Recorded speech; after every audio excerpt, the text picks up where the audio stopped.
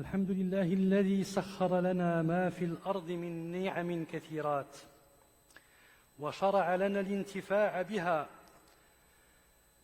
وبما فيها من الخيرات، وأنعم علينا بنعم الأشجار والنبات والحيوانات سبحانه، ونهانا عن الإفساد في الأرض وإسراف النعم والثروات. وأشهد أنه الله لا إله إلا هو الواحد الأحد الفرد الصمد الذي لم يلد ولم يولد، وحده لا شريك له في الأسماء والصفات. أمرنا بالتزود للآخرة بالمكرمات، ونهانا عن المعاصي وعن السيئات، حيث قال سبحانه وتعالى: يا أيها الذين آمنوا اتقوا الله حق تقاته ولا تموتن إلا وأنتم مسلمون. وأشهد أن سيدنا وحبيبنا محمدًا عبد الله ورسوله سيد السادات، أرسله الله رحمة لجميع المخلوقات، فأرشدهم لفعل الخيرات وترك المنكرات. عليه من الله أفضل الصلوات، اللهم صل عليه وعلى آله وصحبه أجمعين. أما بعد، تعج الصحف والأخبار اليوم بالحديث عن البيئة وعن الطبيعة وعن قانون البيئة ووجوب المحافظة عليها، وعن الخطر الناجم من تلوثها وإفسادها. البيئة، ما هي البيئة؟ البيئة الطبيعية هي كل ما يحيط بالإنسان الذي خلقه الله عز وجل للإنسان كي يعيش فيه. هي الهواء النقي الذي نستنشقه، هي الماء الصافي العذب الذي يروي ظمأنا، هي الزرع والغرس والأنعام والدواب التي خلق الله لنا، هي العيون والآبار، هي الأنهار والبحار، هي النباتات والأشجار، وكل ما خلق الله في الكون لينعم به الإنسان. هي كذلك البحر الواسع وما يحتويه من خيرات، من أسماك ومن جواهر نأكل منه لحما طريا، ونستخرج منه حلية نلبسها، فنحمد الله على ذلك. يقول الله سبحانه وتعالى: هو الذي أنزل من السماء ماء لكم منه شراب ومنه شجر فيه تسيمون ينبت لكم به الزرع والزيتون والنخيل والأعناب ومن كل الثمرات إن في ذلك لآية لقوم يتفكرون. وقال عز من قائل: وهو الذي سخر البحر لتاكلوا منه لحما طريا وتستخرجوا منه حلية تلبسونها وترى الفلك مواخر فيه ولتبتغوا من فضله ولعلكم تشكرون. ويقول عز من قائل: وجعلنا من الماء كل شيء حي. هذه الآيات كلها تصف لنا البيئة الطبيعية التي خلق الله لنا لنعيش فيها. Donc, chers frères, Dieu dit, subhanahu wa ta'ala: c'est lui qui du ciel a fait descendre de l'eau, qui vous sert de boisson et grâce à laquelle poussent des plantes dont vous nourrissez vos troupeaux. D'elle, il fait pousser pour vous les cultures, les oliviers, les palmiers, les vignes et aussi toutes sortes de fruits. Voilà bien là une preuve pour des gens qui réfléchissent. Et il dit aussi: c'est lui qui a assujetti la mer afin que vous en mangiez une chair fraîche et que vous en retiriez des parures que vous portez. Et tu vois les bateaux fendre la mer avec bruit pour que vous partiez en quête de sa grâce et afin que vous soyez reconnaissants.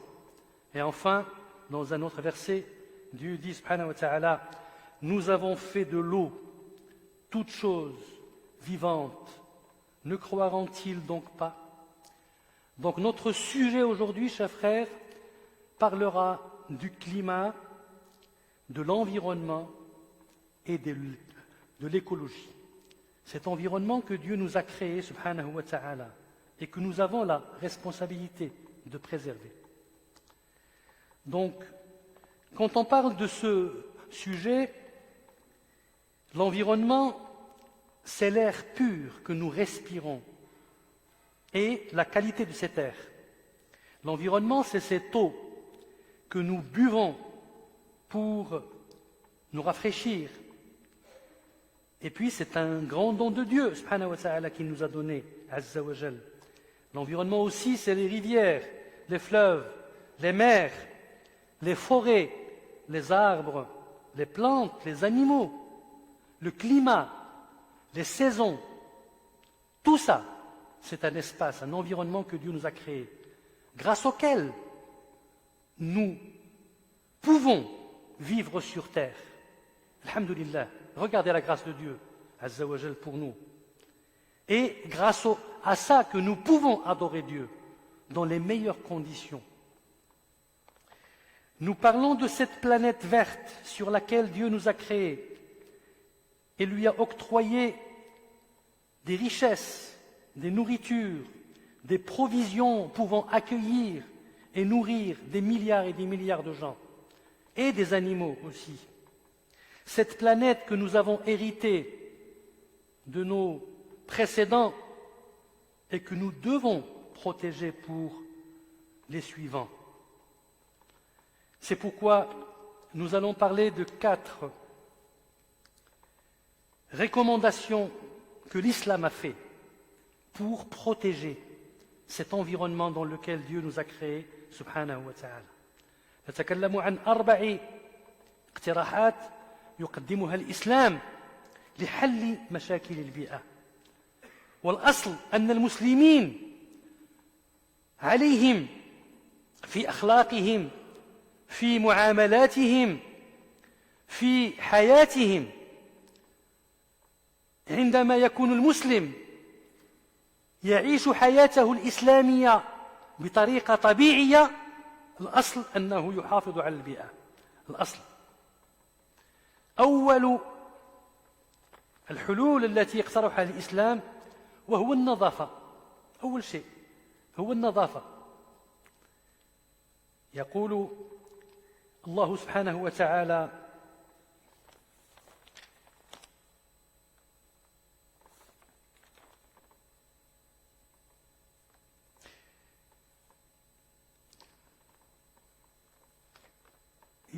يقول رسول الله صلى الله عليه وسلم: النظافة من الإيمان. النظافة من الإيمان. Donc la première des solutions, c'est d'abord la propreté, être propre. Et la propreté fait partie de la foi. Et même, elle est la moitié de la foi. وَلَنْ يَقْبَلَ اللَّهُ صَلَاةً بِدُونِ وُضُوءٍ. Et Dieu n'accepte pas une prière s'il n'y a pas d'ablution. Et donc la propreté, elle fait partie de cette prime nature que Dieu a créée, azza wa jal, et que le musulman doit préserver. Deuxième chose, tahrim al-israf, le fait d'interdire le gaspillage. يقول الله سبحانه وتعالى: ولا تبذر تبذيرا إن المبذرين كانوا إخوان الشياطين. من أكبر المشاكل التي يعيشها العالم مشكلة التبذير. Donc le gaspillage, la surconsommation de tout. Dieu dit subhanahu wa ta'ala: et ne gaspille pas indûment, car les gaspilleurs sont les frères des diables. Et dans un autre verset, il dit, mangez et buvez et ne commettez pas d'excès, car Dieu n'aime pas ceux qui commettent les excès. روى ابن ماجه أن النبي صلى الله عليه وسلم مر بسعد بن أبي وقاص رضي الله عنه وهو يتوضأ فقال له لا تسرف فقال سعد يعني يسأل الرسول أفي الماء إسراف فأجابه رسول الله صلى الله عليه وسلم وإن كنت على نهر جار وإن كنت على نهر جار. Donc Saad était en train de faire les ablutions. Le prophète sallallahu alayhi wa sallam le voit, il lui dit ne gaspille pas l'eau, Saad. Et alors Saad lui dit ô messager de Dieu, même dans l'eau je dois économiser. Il lui dit même si tu étais au bord d'un fleuve qui coule, tu dois économiser l'eau. Voilà les recommandations. La sauvegarde de l'environnement dans sa pureté, dans son essence de création. كيف خلقه الله عز وجل؟ يجب علينا المحافظة عليه. كيف خلقه الله سبحانه وتعالى؟ الله سبحانه وتعالى خلق لنا البيئة طبيعية صالحة للعيش. كما قلنا في خطبات سالفة خلق الله الخير والبر والناس هم الذين يفعلون الأمور يخرجون عن هذه الجدة. فإذا خلق الله لنا البيئة صالحة نحن نحمل المسؤولية. لذلك يقول الله سبحانه وتعالى ولا تفسدوا في الأرض بعد إصلاحها ولا تفسدوا في الأرض بعد إصلاحها. Dieu dit subhanahu wa ta'ala ne semez pas le désordre sur terre après que l'ordre y fut établi. Établi par qui? Établi par Dieu. C'est Dieu qui a établi l'ordre, qui a établi les bienfaits, qui a emménagé cette terre pour nous. Et il y a des gens, bien sûr, qui sèment le désordre. Et ça, c'est interdit en islam. Dans un hadith, le prophète sallallahu en parlant des bienfaits du musulman et des actions qui sont considérées comme une aumône, il dit wa imatatuhu al-adha 'an at-tariqi sadaqah. Et le fait d'écarter un obstacle sur le chemin, c'est considéré comme une aumône. Le fait de nettoyer le chemin. Voilà. وفي حديث آخر يقول الحبيب المصطفى صلى الله عليه وسلم اتقوا الملاعن الثلاث البراز في الموارد وقارعة طريق والظل. Donc là, le prophète sallallahu alayhi wa sallam nous dit 3 situations sont source de malédiction pour les musulmans.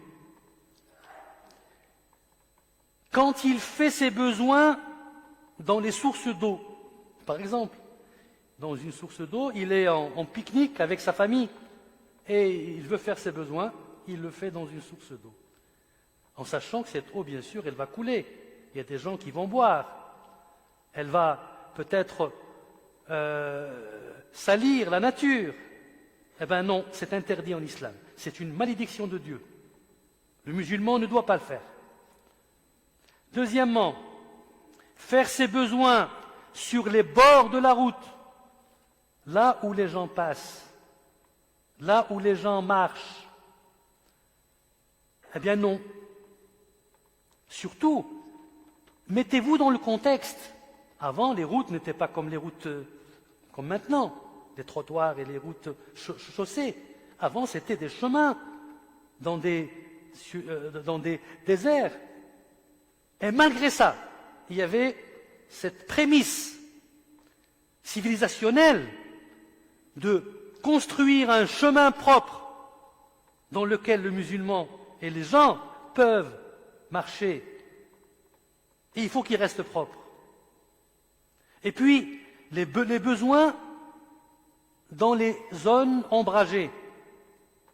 Pourquoi? Parce que les gens s'y reposent généralement. Quand il fait soleil, quand il fait chaud, les gens ils cherchent l'ombre et ils vont aller vers les zones qui contiennent l'ombre. Eh bien, interdit en islam de faire ses besoins dans des zones ombragées. Pourquoi? Pour respecter justement l'endroit, pour que les gens, les voyageurs, ils puissent y trouver refuge. Allahu Akbar, Masha'Allah. Et puis, troisièmement, le fait de protéger le patrimoine animal et végétal. نعم الحفاظ على الثروة الحيوانية والنباتية التي خلق الله عز وجل سبحانه وتعالى.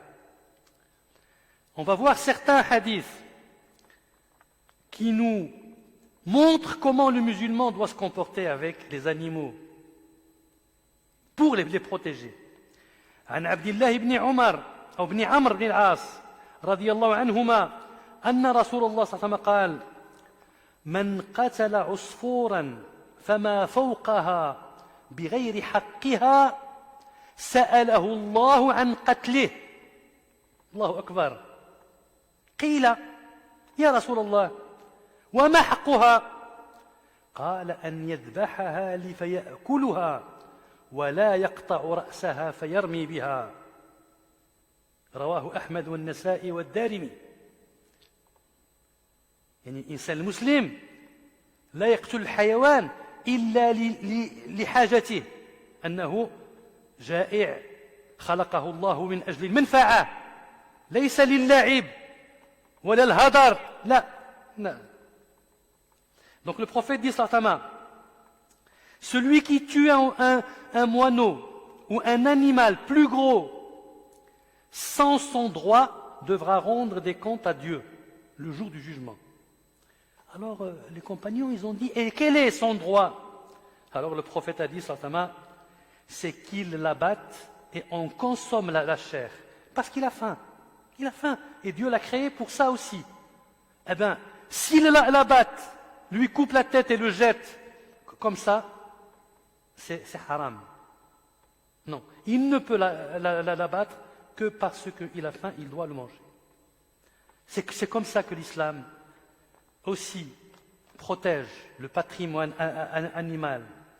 عن الشريد قال: سمعت رسول الله صلى الله عليه وسلم يقول: من قتل عصفورا عبثا عج إلى الله عز وجل يوم القيامة يقول: يا ربي إن فلانا قتلني عبثا ولم يقتلني لمنفعة. الله أكبر. وفي حديث آخر عن عبد الله بن عباس قال: نهى رسول الله صلى الله عليه وسلم عن التحريش بين البهائم. يعني ما يمكنلكش تلعب الحيوانات. Dieu, le prophète dit sallallahu Abdullah ibn Abbas dit, le prophète sallallahu alayhi wa sallam a interdit d'organiser des combats entre animaux. Regardez le respect. On doit respecter les animaux. On ne peut pas organiser, c'est interdit en islam d'organiser des combats entre animaux. C'est comme ça que l'islam veut protéger le patrimoine animal. أقول قولي هذا وأستغفر الله لي ولكم ولجميع المسلمين إنه هو الغفور الرحيم.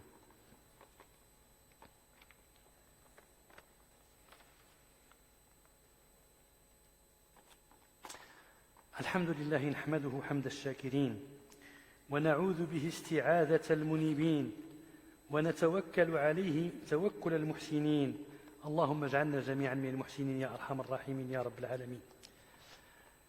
سنرى حديثين آخرين للمحافظة على هذه النوع الحيواني فوق الأرض، كيف الله سبحانه وتعالى أرادنا أن نحافظ عليه. انظروا إلى رسول الله صلى الله عليه وسلم يقول: إذا سافرتم في الخصب فأعطوا الإبل حقها، وإذا سافرتم في الجدب فأسرعوا السير فإذا أردتم التعريس فتنكبوا عن الطريق. الله أكبر الله أكبر اللهم صل على سيدنا محمد وعلى آله. Donc le prophète sallallahu alayhi wa sallam dit: lorsque vous voyagez dans une contrée verdoyante, donnez à votre chameau la part qui lui revient de la terre. Laissez votre chameau paître, manger de l'herbe. Donnez-lui son haqq, son dû. Et lorsque vous voyagez dans une contrée sèche, pressez-vous afin de préserver les capacités de votre monture. Allahu Akbar, Allahu Akbar. Sallu ala Rasulillah. Sallu ala al-Habib, muallim an-nas al-khayr. Sallallahu alayhi wa alihi wa sallam. Regardez cette finesse, cette attention pour préserver la santé de cet animal. Et puis, dans un hadith, alors il continue, il dit: lorsque vous avez l'intention de camper dans les dernières heures de la nuit, éloignez-vous des routes. Ça veut dire protéger l'environnement. Laissez la route aux gens qui veulent voyager. Organisez-vous. Allahu Akbar. عن أبي هريرة رضي الله عنه قال، وهذا الحديث من أعظم الأحاديث. صلوا على الحبيب اللهم صل عليه وعلى آله. انظروا إلى رحمة رسول الله صلى الله عليه وسلم، الرحمة المهداة فوق الأرض. اللهم صل عليه وعلى آله. يقول: إياكم أن تتخذوا ظهور دوابكم منابر، فإن الله إنما سخرها لكم لتبلغكم إلى بلد لم تكونوا بالغيه إلا بشق الأنفس، وجعل لكم الأرض فعليها فقدوا حاجتكم. الله أكبر الله أكبر. اللهم صل عليك يا رسول الله صلاة دائمة تامة. والله إنه هو الرحمة المهداة. ماذا يقول؟ Regardez en français. Il dit: ne prenez pas le dos de vos montures comme des chairs. Dieu ne vous a assujetti ces montures que pour qu'elles vous transportent jusqu'à là où vous ne pourriez parvenir que difficilement. Voilà. Si tu as une monture, un cheval, un âne, un mulet, un chameau, eh bien, tu ne peux pas le prendre comme une chair. Je suis fatigué, je m'assois dessus. Non, non. Tu ne peux te mettre dessus que pour qu'il te transporte d'un point à un autre que tu ne peux pas atteindre à pied. Voilà. Et il dit, et c'est ça le plus fort, il dit: il a fait pour vous la terre, debout sur la terre, réglez vos affaires, ou assis sur terre. Vous avez la terre, reposez-vous dessus, mais pas sur les dos des montures, pas sur les dos des animaux. N'utilisez les montures que pour vous déplacer à un point que vous ne pourrez atteindre que difficilement. Allahumma salli ala sayyidina Muhammad wa ala alihi.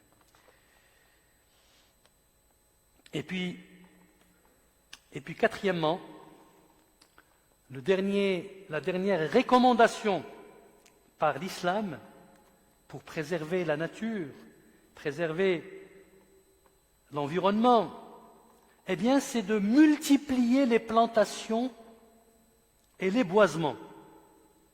نعم، الإسلام يحث على الإكثار من الغرس والتشجير. نعم. انظروا إلى هذا الحديث عن أنس قال رسول الله صلى الله عليه وسلم: ما من مسلم يغرس غرسا أو يزرع زرعا فيأكل منه طير أو إنسان أو بهيمة إلا كان له به صدقة. الله أكبر. Donc le prophète dit sallallahu alayhi wa sallam: chaque musulman qui plante une plante, un arbre ou autre, alors tout ce qui en sera mangé, sera compté pour ce musulman comme acte de charité. Tout ce qui en sera volé sera compté pour lui comme acte de charité. Tout ce qu'un animal en mangera sera compté pour lui comme un acte de charité. Tout ce qu'un oiseau en mangera sera compté pour lui comme un acte de charité. Hadith rapporté par Imam Muslim, radiyallahu anhu. Dans un autre hadith, Anas ibn Malik radiyallahu anhu قال قال رسول الله صلى الله عليه وسلم إن قامت الساعة وبيد أحدكم فسيلة فإن استطاع أن لا تقوم حتى يغرسها فليفعل. Donc il dit sallallahu alayhi wa sallam, si la fin du monde venait à survenir alors que l'un d'entre vous tenait dans sa main une plante, alors s'il peut la planter avant la fin du monde, qu'il le fasse. Qu'il plante. Voilà. Donc, l'islam, il encourage la plantation, le boisement, et multiplier les verdures autour de lui. Et même en temps de guerre, les conseils du prophète Muhammad dans les batailles, il disait: ne brûlez pas les palmiers, ne déracinez pas les arbres, ne détruisez pas les demeures, même en temps de guerre. Non, attention, il faut préserver la nature. Pas comme certains qui vont envoyer des bombes chimiques sur les personnes, les plantes, des bombes nucléaires.